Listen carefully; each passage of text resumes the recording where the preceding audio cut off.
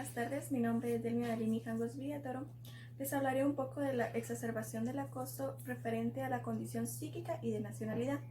Respecto a la condición psíquica nos referimos al mobbing, ya que el mobbing es la violencia directa o indirectamente.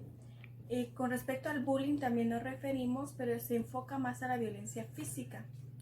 Este tipo de acoso suele ser muy sutil e incluso a veces solo la víctima es la que se da cuenta de dicho acoso. Con referente a la nacionalidad, esto es el acoso o el racismo por el color de piel, el acento de la persona o diferentes etnias o de diferentes nacionalidades. Tenemos que tener en cuenta que el acoso viola los derechos, la vida y la integridad de la persona humana. Mi nombre es Lizeth Herrera. Yo les voy a hablar sobre la exacerbación por condición psíquica. Y bien, tenemos que mencionar que una persona que sufre de una condición mental o una enfermedad mental es una persona que va a ser más propensa a sufrir de acoso. Bien, vamos a hablar sobre una condición psíquica como una causa y el acoso como un efecto, pero también nos podemos cerrar a esta idea, pues la condición psíquica o una enfermedad mental se puede desarrollar a causa de un acoso o alguna agresión. Bien, la condición psíquica, desde la más leve hasta la más crónica, puede ser el factor por el cual una agresión o un acoso sea efectuado. Bien, basándonos en la clasificación de tipos de víctima que hace Antonio Bernstein en el libro DSM-5, vamos a clasificar y a caracterizar cada uno de estas condiciones por las cuales existe una exacerbación.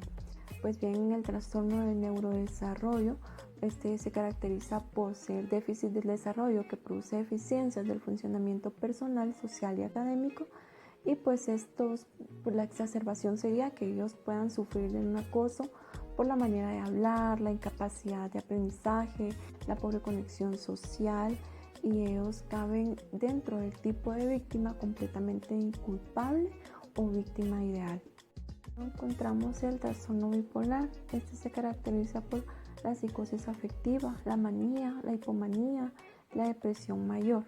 La exacerbación sería el agravante a la ingesta de sustancias psicotrópicas, las agresiones psicológicas y físicas dentro del matrimonio, las autolesiones, la depresión mayor, y estos encajarían en el víctima parcialmente culpable, es decir, víctima voluntaria.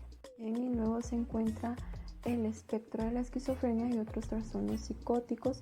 Estos se caracterizan por delirios, alucinaciones, pensamientos desorganizados y síntomas negativos.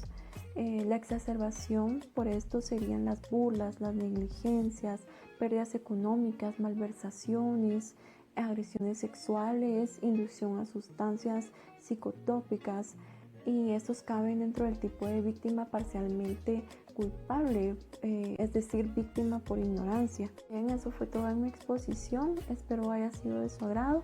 Muchas gracias. Mucho gusto, mi nombre es Juan Francisco Ick. Les plantearé el tema de exacerbación del acoso por su condición de nacionalidad.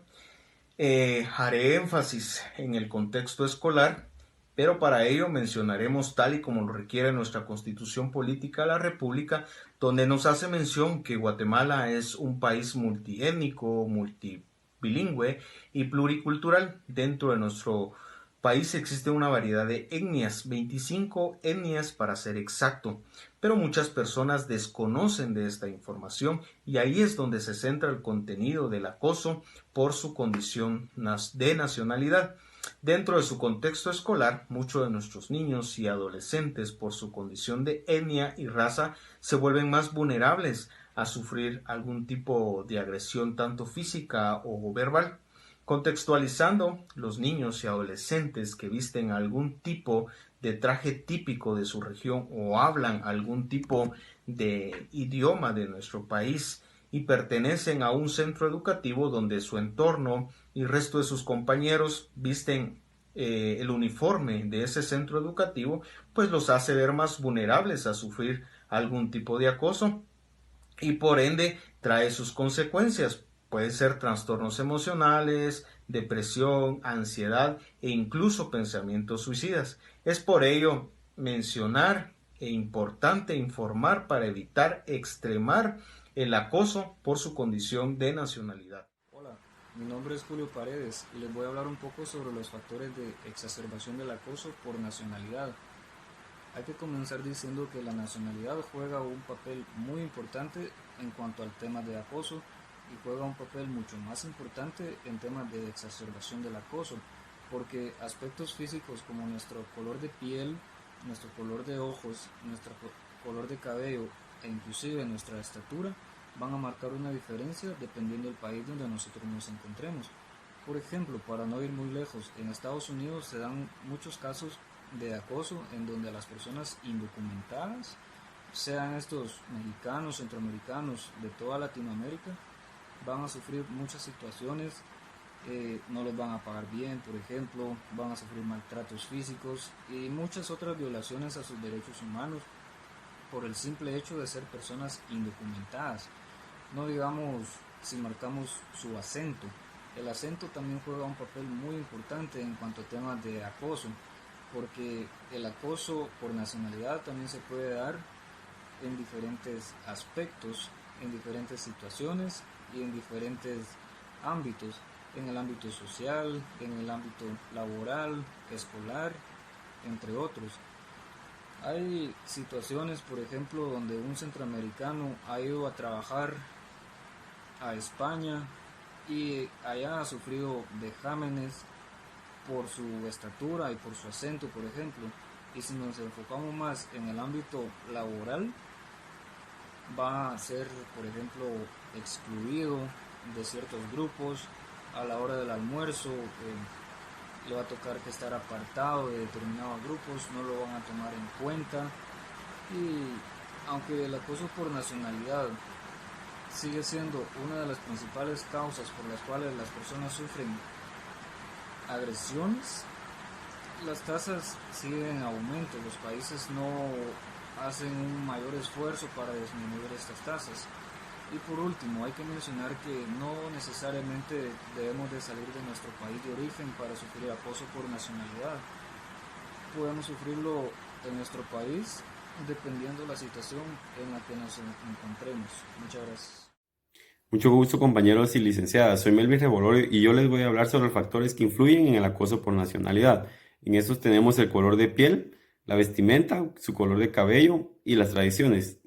Muchas veces nosotros como guatemaltecos tenemos la costumbre de decir buenos días, buenas tardes, y quizá en otros países esto sea algo no común, fuera de lo normal, y por esto tendemos a caer en este tipo de acoso.